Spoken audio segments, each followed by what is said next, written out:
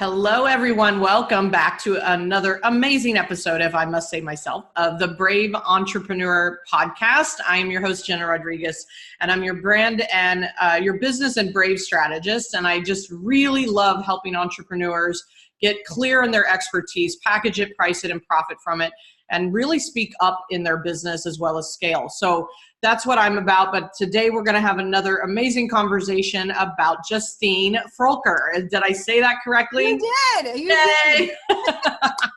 I'm always asking, how do I say this? Yep. But no, and then we were talking about how red our lips were. I'm like, who decides to wear red lipstick at the same time? Yep. But I'm so excited. Thanks for being here on the show. And so everyone listening, please listen in and make sure you give us your takeaways at the end. Leave a comment or two and share what you hear. So Justine, if you could start by just introducing yourself, that would be amazing. Yeah, thank you for having me. I really appreciate it. And I love just connecting and building community and helping one another. Because sometimes this journey of entrepreneurship feels really lonely. It's a doozy. It really does. It really does. So yeah. I'm Justine Froelker. I am a mental health therapist by trade. I just retired from seeing my last individual client back in June to pursue more of my writing and speaking and teaching. So I really love teaching people the work of courage and how to show up in their lives and in their businesses. And really, even more than that, what comes after that, because I think, self-care, vulnerability, authenticity, it's such a buzzword. Even in the business world, it's even more of a buzzword now. Yeah. And yet not many people know the how of it or what comes after it. And so that's what I'm really passionate about teaching people is like, how do you use vulnerability to empower your business? How do you live authentically in your life and show up as all of who you are? And more importantly, what do you do when it's really hard? And how do you make change in your life? Yeah. How do you stay there? How do you get to the other side of all that? I love it. And you're obviously, with that said, right up my alley. Like that is my language. That is what I am passionate about as well. And it's just, and so I'm excited that you're here and that we're having this conversation because I think we need to talk about more of it. Right. Yeah. And so in that, let's go back to, I just am curious. So number one, how long were you in the mental health space or counseling or whatever, therapy or whatever you want to call it? Yeah. I don't know what you call it. This is kind of the crazy part. I was a dork and I've always had the same major. Because of my life history, it totally led me to the work of psychology and therapy. Yeah. And so I was a psych major from the very beginning. I started my career 19 years ago at the young age of 19. I fell into an internship in a substance abuse clinic in undergrad. And I never left the field. And so I've been in it a really long time, and I've had therapists ask me, like, I can't believe you retired at 39, and I'm so scared to retire. And there's a few reasons. One, I feel a call to share my gifts in a different way and to reach more people, especially. And the other side of it, and I know I probably ruffle feathers when I say this, like in many ways, therapy is no longer serving the client. And that's not to say that personal development is the be all end all, because I do find sometimes that personal development, personal growth is way too shame-based and not enough of rewriting our stories. So I like to use both. I'm a speaker. I really like to use both. Like, we all have stories that we need to learn how to rewrite and turn them into our big stories and not just our hard stories. And at the same time, we can't just keep staying stuck in them, because stuck is a choice. Yes. Amen. Amen. I love that, actually. And I think it's courageous, brave in my conversation to follow the call, right? And follow and see that there's even, I know, right? You're feeling it. It's it's scary. I'm scared most days, afraid and brave all at the same time. Yeah. Do it scared. Right. And so that's why I bring that up. I think there's two things. One, just we're talking about something that is really personal development, personal growth. And I obviously frame it inside of an entrepreneur context. However, you know, there's this conversation, I think, happening around mental health or therapy or what have you. And I've been in therapy. I had my upbringing, which was tough. And I saw where there was a point where all they wanted to do is put me on medication, and not really get to the source. And blame was the method. And of course, this was years ago. And I don't know if it's changed, honestly. But I would love to know, and I really want to keep this in a positive space, because I know there is benefit to all. Absolutely. I mean, Anne, I want you to say whatever you need to say about it. But I really, for the sake of the listeners, I want them to hear your perspective on, you know, I mean, I'm just being really honest actually right now, is that my daughter, who's a teenager, God love those teenagers. I wouldn't want to go back to it. 14, right? Yeah. Brutal. Yeah. Is going through what we go through at 14. And so she goes to the counselor, and then they immediately call me and tell me she needs therapy. And I have a personal development background, or clearly, right? And so I just want to understand, it's not from a place that's wrong or right, but it's an understanding, I think, that people in the public need to know. How do they decipher the choice of going down, the therapy road or the personal development road, or both, or what have you? Like, what's your opinion on that? Historically, we've always been taught, like, therapy is more about the past, coaching, personal development, more about the future, your present and future. And I think that's where I was really struggling. It was that it's both. We really do need to address both. It's going to be very difficult for me to stand in my presence, to cope with my life, to look forward to the future, if I haven't dealt with and rewritten those traumas, losses, and tragedies that I have suffered from, because we will all suffer. Correct. We will all struggle. We will all have traumas, losses, and tragedies in this life. We have a choice of whether or not we do the work to make them a gift. And so, it also depends. There's so many different kinds of therapists, tons. Correct. I think it's overwhelming. Yes, there's tons of them. And there will always be a need for what we might call old school therapy. We will always have those that are chronically mentally ill, unfortunately, that may need medications. Now, there's lots of other ways to treat or to aid medications, right? I've turned into a really crunchy person. I've really turned into that person. And because I want, what's the root? What is causing this? I'm tired of Band-Aids. And so, I think that's in that same conversation, sometimes it can feel as if personal development is slapping Band-Aids on. Well, it's fine. Just do it. Just do the work. And I get really sensitive when there's so much shame used in personal development. Yeah, sure. Shame does not help people make sustainable change in their life. We must do the work to help people to see that they are worthy and help them to practice the actual actions in their daily life to believe that they're worthy, because they're not going to believe it. We live in a world that tells us that we're not enough every day. And then we have trauma, loss, and tragedy on top of it. Right. Yeah. And then we buy it. Yeah. We buy the story. So it's that combination of both, or at the same time, finding the right fit, because there are a lot of therapists, a lot of my colleagues, especially because I'm a certified Dare to Lead and certified Daring Way facilitator. So I've trained Dr. Brené Brown. And so there's a lot of therapists that are a therapist coach. They maintain a cert for both, and those clients are very different, and that the treatment plan is very different. Yeah, for sure. I think, I just wanted to kind of shed a little light on that. And something you said, I think the key word is whatever. It's in order to change anything, right, there's a practice inside of it. And I'm forever in practice, right?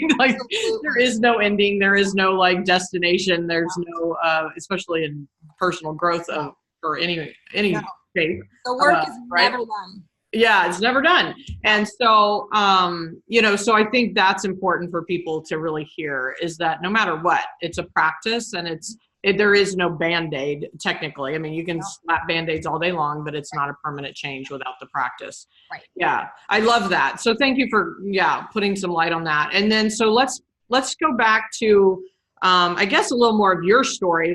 How did you hear the calling, and what was some of you're moving into an entrepreneurial space, and And it's scary, like you said. So like, just kind of tell us a little more about that transition. Yeah, it's been, so I've always been in the mental health field. And I always used to joke with students that would ask to do like their internship with me or whatever, like, especially my private practice, I want to do my internship. And I would say, no, you need to go to a agency. Like, that's where you're going to learn the most. And so I spent, the first half of my career in agencies and in substance abuse clinics and an eating disorder clinic. And because I learned so much. I learned about the system that I would have to work within. I learned about the system and parts of it that I would want to change. And then I always used to joke, like, there's nothing like working within an agency that will make you want to go into private practice, even if you never wanted to do private practice. Right.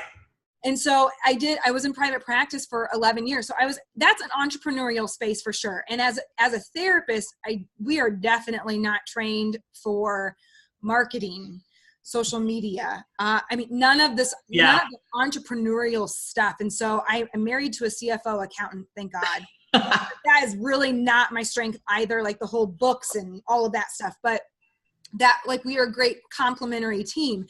And 11 years in private practice, and I had that realization, like, I'm really done begging people to get better.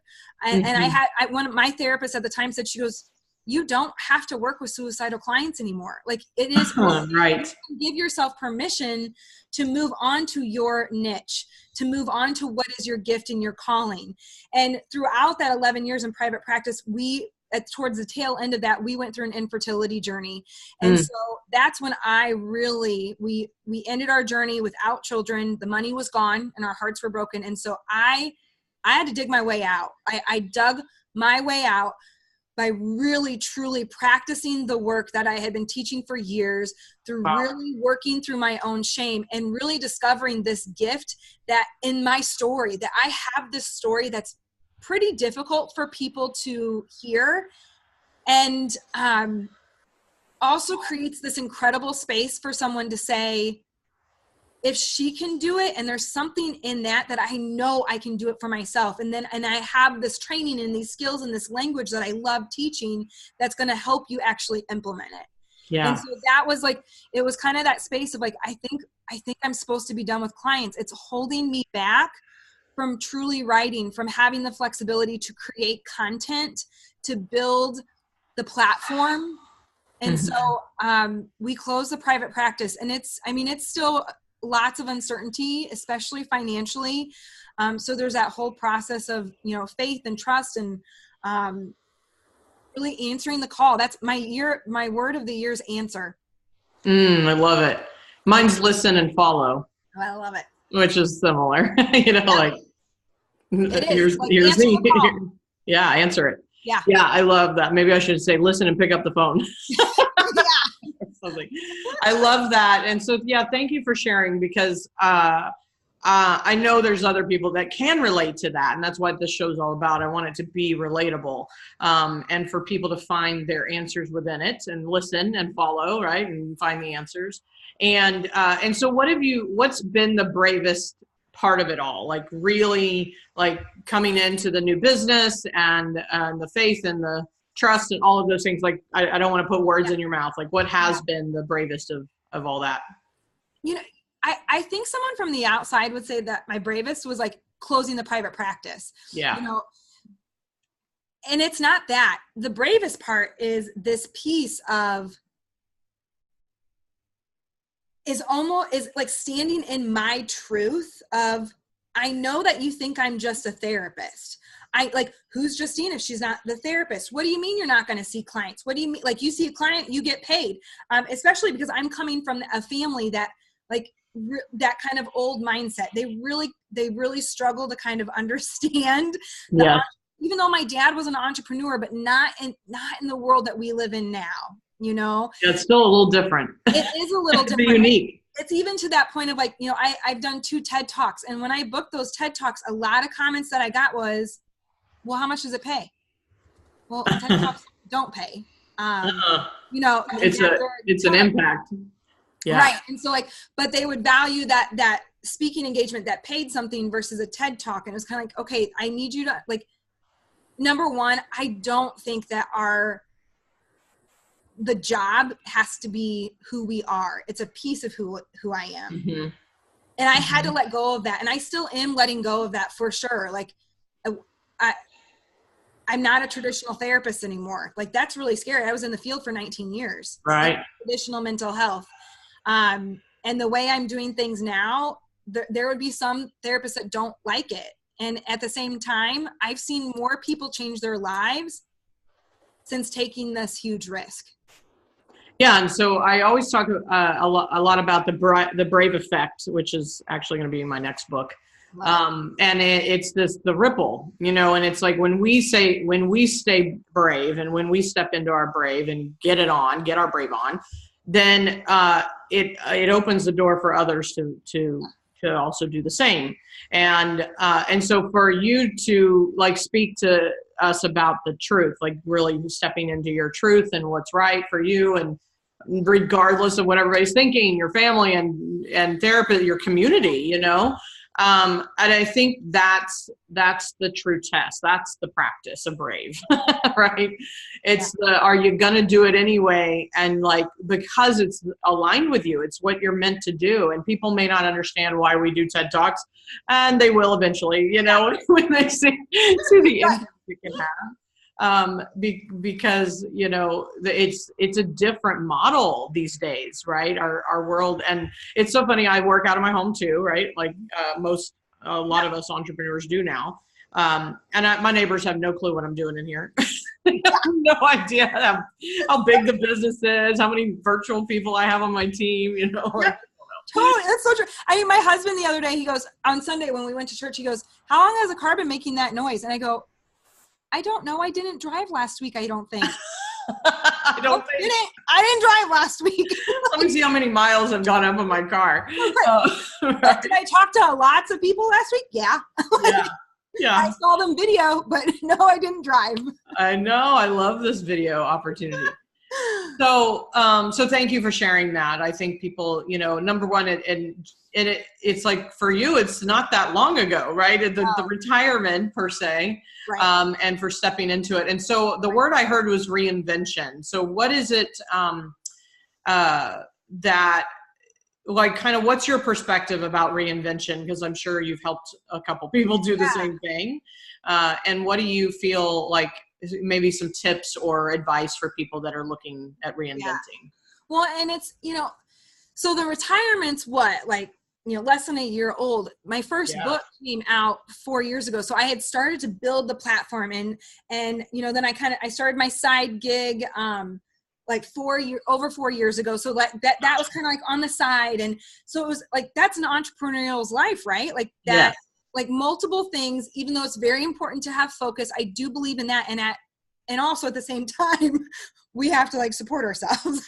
So right. We have multiple streams, and that's just being a smart entrepreneur. And so number one, it was that point of, okay, I'm building these things while I have this stability of, it's private practice and I don't necessarily control how many clients come and see me, but it was a stable paycheck. It was working. It was working. I see a client, I get a paycheck. So I had those things on the side. And then it was this space of, okay, if I am going to truly step into this truth, if I'm truly going to serve the world with my gifts, doing what I love, I do have to open up more space and take this risk and say, I'm done with mental health therapy in the traditional sense of the word. I have to step away. This is going to be hard conversations. This is going to be scary.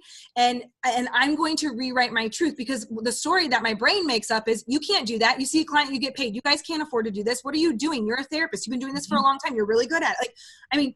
Go down the shame spiral. Your brain makes up all the stories because our brain is wired for story.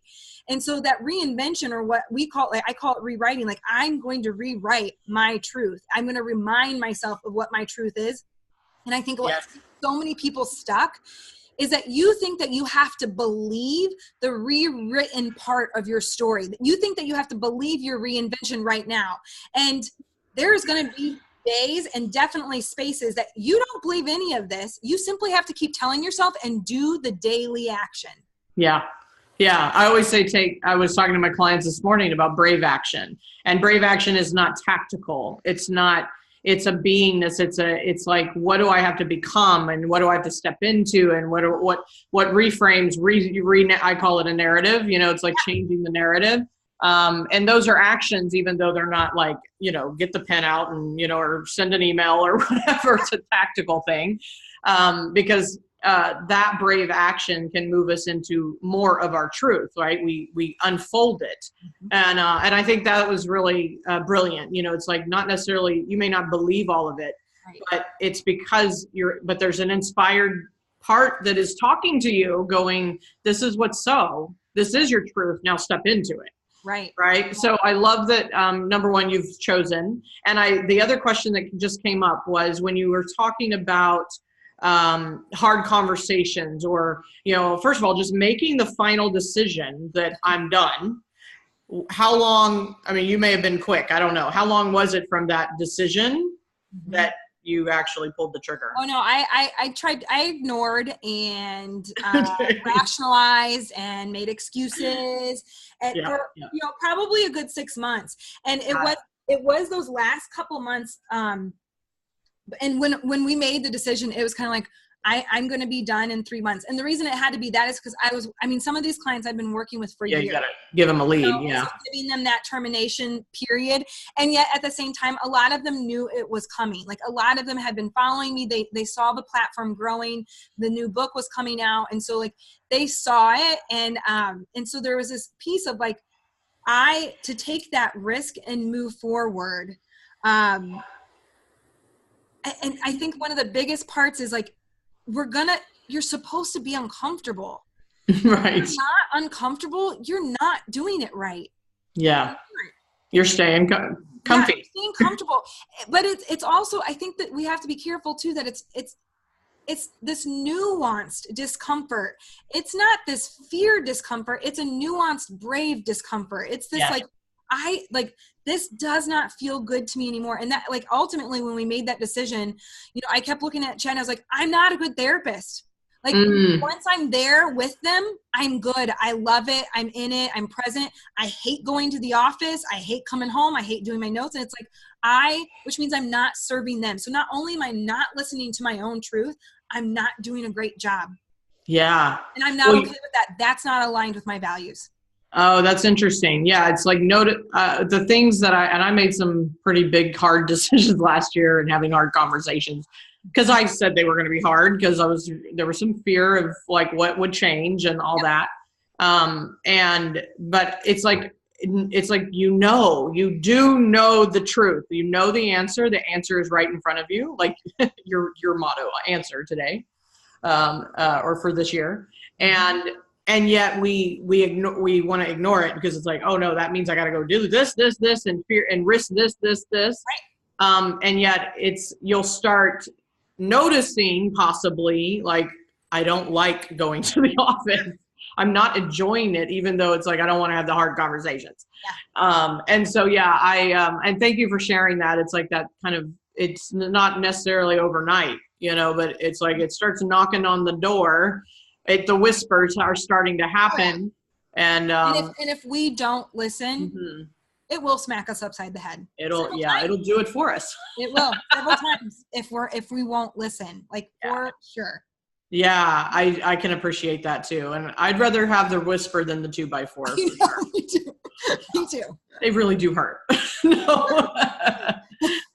Oh, I love this. I love this conversation. So I want to go cause it's just like been dying to ask you. So you wrote on I always have like an intake kind of prep form, and ask you what do you want to talk about?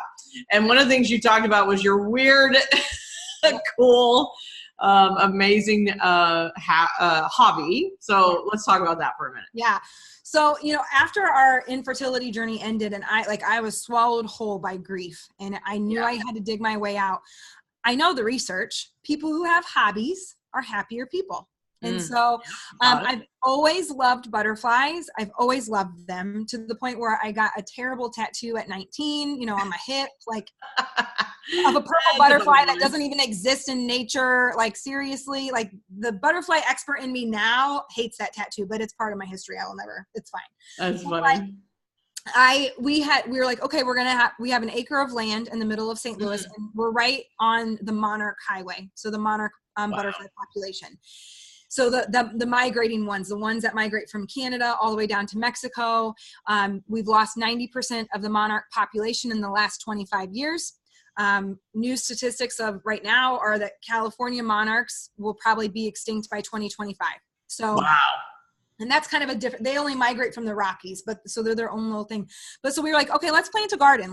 Let's research what the caterpillars eat, what kind of flowers to plant native so that they actually survive and help the environment. And so we planted a garden, and we did it together as part of our own recovery and rewriting our own story.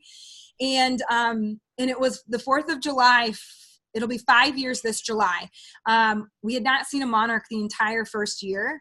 And then all of a sudden we see a monarch, and we were just like in awe, and she laid eggs right in front of us. Oh, wow. And I kind of like started researching. So, cause then of course I was like, oh, that's what an egg looks like.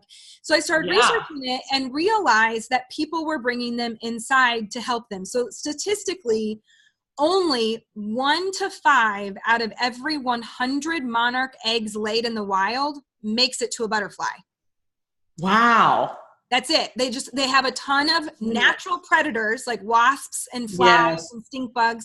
So lots of natural predators, but their biggest predator is us. We're clearing the land. We're using chemicals, things like that.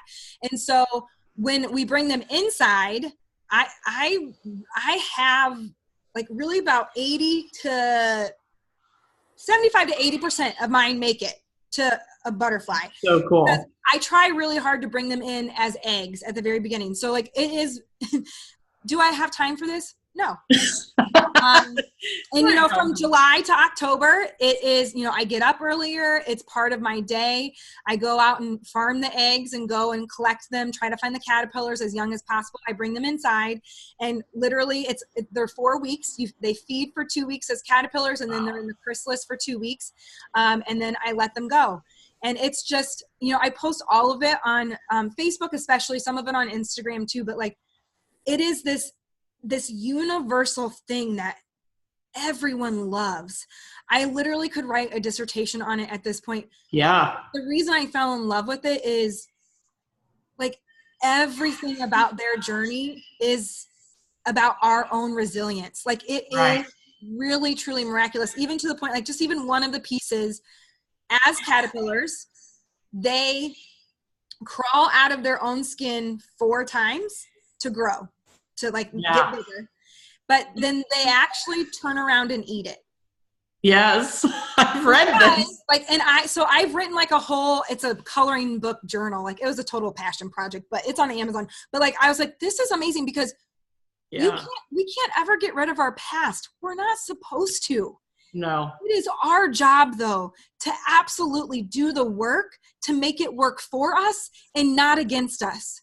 Right. We are not victims unless we choose to. And so like, I love, like, I teach, sometimes I'll bring scripture into it, but really I just teach like, this is resilience and this is nature. And when you stop and take a breath and look at this, you will remember that we are all connected. I don't care what you think we're connected by, but we're all connected. Yeah. And so it is the weirdest and coolest hobby ever. Yeah, weirdest and coolest. That's what you said. And I was like, okay, we're going to talk about this. But I told you, right before, I was like, no, but I felt like a freaking butterfly, like coming out of the, like, like completely breakdown last year. Yep. And I could feel me going through it. Like, I know there's going to be another end of this. I am not in a good place right now, but I know there's going to be another side to this. And, whether people on the outside, it was an internal struggle that I definitely was going through. I mean, that's your reinvention, right? That's the reinvention. When they go into the chrysalis, I say this in my TED Talk, I kind of take my first TED Talk, I go through my story and I kind of parallel it with the butterfly. But once they're in their chrysalis, they literally become butterfly soup. They are completely undone. They have to surrender. And at the same time, when she comes out, she has to do the work. There's work to be done for her to fly.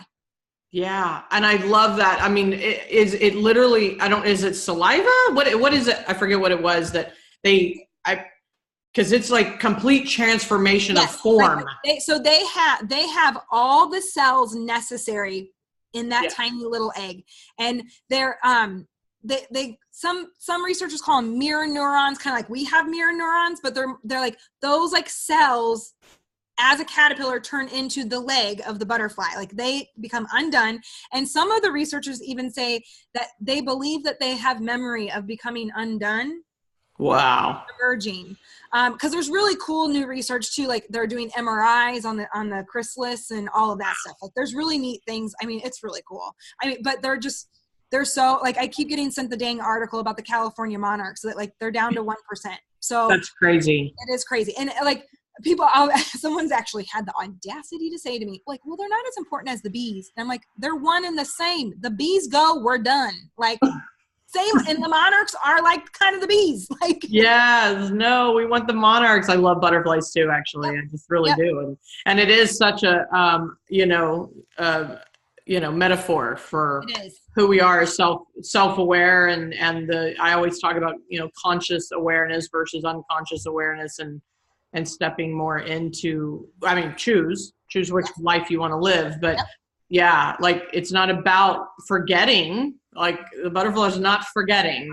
It is reinventing, and it's, the resilience of it all. I love that. I love it. So thank you for sharing. I love that weird, but great. I'm like, man, if I had, I don't know, we may be moving. So I'm like, oh, don't start a garden now. Like, maybe I'll just get a little. I can send you seeds if you want. Okay. I know, right? That would be awesome. But I will check it out online and just kind of get. Yeah, please. And I see your books have that butterfly. Yeah. Yeah. So now we know. So thank you so much for sharing all that, Justine. I know I would love to like speak more. Like we could keep going. Yep. And I think the question I want to first and last sort of ask is for those that are listening, it's just like, what would you say to them about, really anything that we've shared, but like, what's the important thing that they should take away right now? What's some advice? I think, the biggest thing is in business and in life. Yeah. Know what your clarity of values are. What is your guiding light in your life? How do you know you're living in alignment with the person that you want to be? Even if right now it's an aspired value, that's okay. But you need to have that clarity. What is that value? Like, why are you doing what you're doing? How do you love other people well? How do you serve this world? And most of all, you need to do it without apology and stand in your sacred truth. And if you don't know how, that is learnable. Like, we can teach courage. It's a teachable skill. It's measurable, observable, and it's teachable. So like, do the work, but take it beyond consuming the books and the videos. Take it beyond that and actually real change in your life. Yes. I love that. Especially with, we have a lot of listeners and a lot of downloads. I'm like, okay, great. You're listening to the podcast. I know, we want to be your catalyst. We want to be your inspiration. But what are you doing to practice? What are you doing to step into it and take the brave action or courage or what have you? So that was point on. That was great. And then, so first I really do want to have everybody connect with you. So what's the best way to do that?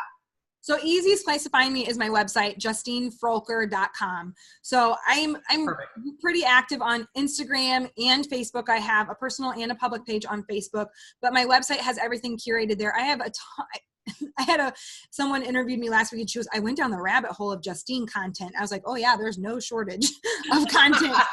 None. Like blog posts, YouTube videos, social media. There's no shortage of content. I just really, I want to be a resource to help people change their lives. And it's not going to be about me. It might be my stories or my skills and my training, but it's not me. It's in your life. Yeah, I love that. Love that. Very much so. And I know you were going to give your happy habit of a gift or, a benefit to them. What was that? Yeah. So the happy habit is I love this program. The hard part is that it's self-paced, which I think is great. And also sometimes hard because we are our own worst enemies, right? Yep. But so the newest research is that it takes 66 days to really form a habit because you have to go through the messy middle where discipline is required, right? Yes. And so the 66-day happy habit program that I have is It's not over 9 weeks, and each week has a topic, and it's like, it's a 20-minute video teach, and then it's like an accountability post, and then it was a live teach, and it's all on Facebook, but it's like paced at your own, like you complete it how you want. And I have people just kind of like, I have 2 people right now, they're like, I'm starting over, I'm back at week 1. Okay. I'm here. Like, we're it's here. Your game. Content is there for you to do. And so I have a 50% off coupon that you guys can use. It's BRAVE, all caps.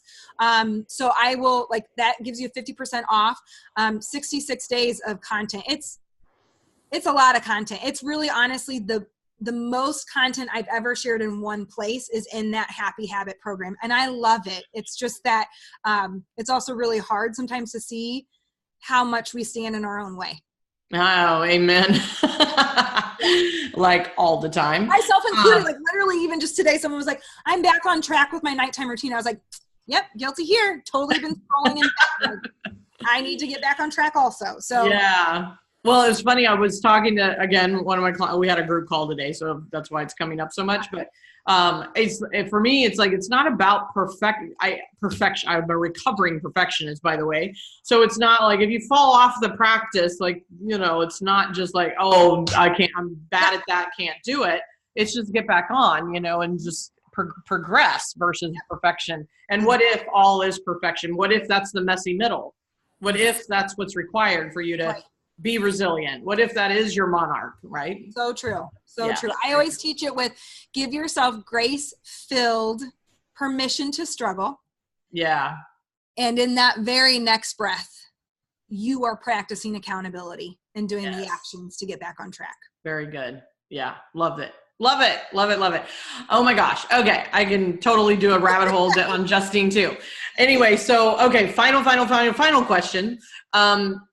If this was your last interview, no more TED Talks, no more podcasts that you do so many of, what is the message to the world that you want to leave on this planet?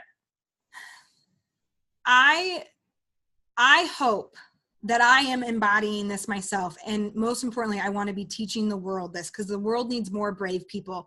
I want to leave people wondering and wanting and thinking to themselves, whatever she has, I want that for myself.